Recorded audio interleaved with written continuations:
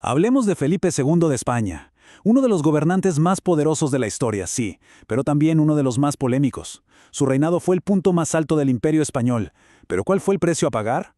Hoy vamos a explorar las dos caras de este monarca tan, pero tan complejo. Y es que, como bien lo dice el historiador Helmut Königsberger, Felipe II es un auténtico enigma. Ni siquiera los expertos logran ponerse de acuerdo sobre quién fue realmente y qué dejó atrás. ¿Fue un genio, un visionario o un déspota? La respuesta, como veremos, no es nada sencilla. Su historia se ha contado desde dos extremos totalmente opuestos. Por un lado está la famosa leyenda negra, que lo pinta, bueno, como el villano de la película, un fanático religioso que sumió a Europa en la guerra y la opresión. Pero luego está la otra cara de la moneda, la leyenda blanca. Esta lo presenta como el prudente, un rey modelo, súper trabajador, que defendió la fe y administró su imperio como nadie. Vamos a ver qué hay de cierto en ambas versiones. Ok, para entender a Felipe II, primero hay que dimensionar el poder que tenía en sus manos.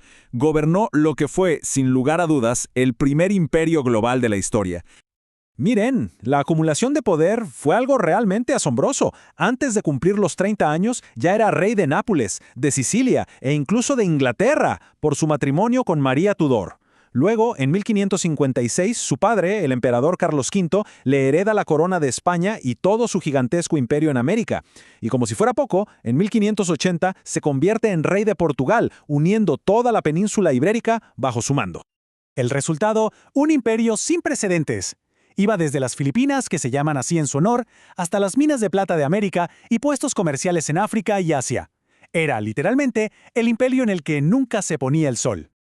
Ahora bien, un imperio así no se mantenía solo con firmas y decretos. La defensa a ultranza del catolicismo fue el eje central de su política, y eso lo llevó a pelear guerras en un montón de frentes a la vez. Su momento de mayor gloria militar llegó en 1571.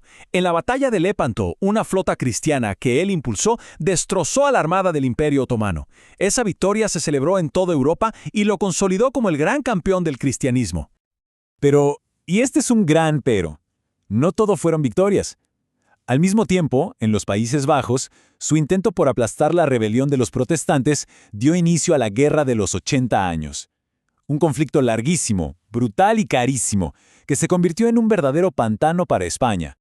Y eso nos lleva a su apuesta más arriesgada, la más famosa de todas, la llamada Grande y Felicísima Armada.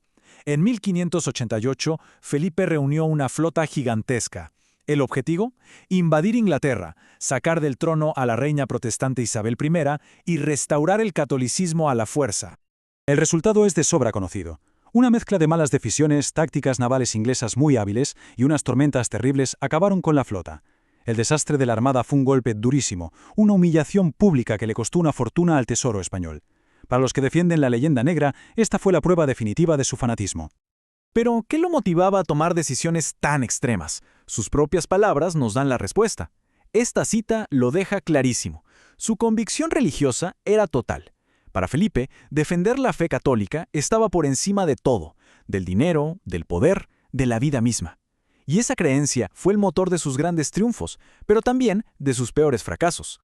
Bueno, dejemos por un momento el campo de batalla y vayamos a su despacho, porque Felipe II no fue solo un rey guerrero, fue ante todo un rey administrador, un burócrata incansable. A diferencia de su padre, que se la pasaba viajando, Felipe centralizó el poder de una forma que nadie había hecho antes. Hizo de Madrid la capital permanente y desde una habitación bastante austera en el monasterio de El Escorial gobernaba el mundo. Leía y anotaba personalmente miles y miles de documentos. Y para poder manejar ese imperio inmenso, perfeccionó un sistema de consejos, el sistema polisinodial. Había consejos para cada territorio, como el de Castilla o el de Indias, y otros para temas específicos, como el de guerra o el de hacienda.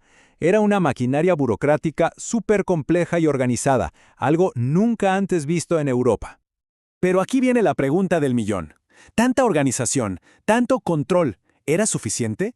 ¿Podía toda esa burocracia pagar las facturas de un imperio que vivía en guerra constante? La respuesta, sorprendentemente, es un no rotundo. Y esto es increíble. A pesar de todo el oro y la plata que llegaban sin parar de América, el gobierno de Felipe II se declaró en bancarrota 3 veces.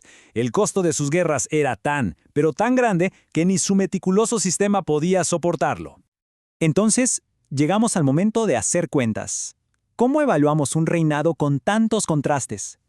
Vamos a poner en la balanza sus logros y sus fracasos para entender mejor su legado. A ver, los éxitos son innegables. Unió España y Portugal. Bajo su reinado floreció el siglo de oro cultural. Llevó el imperio a su máxima expansión, frenó a los otomanos en el Mediterráneo y creó un Estado moderno. Estos son los grandes argumentos de la leyenda blanca.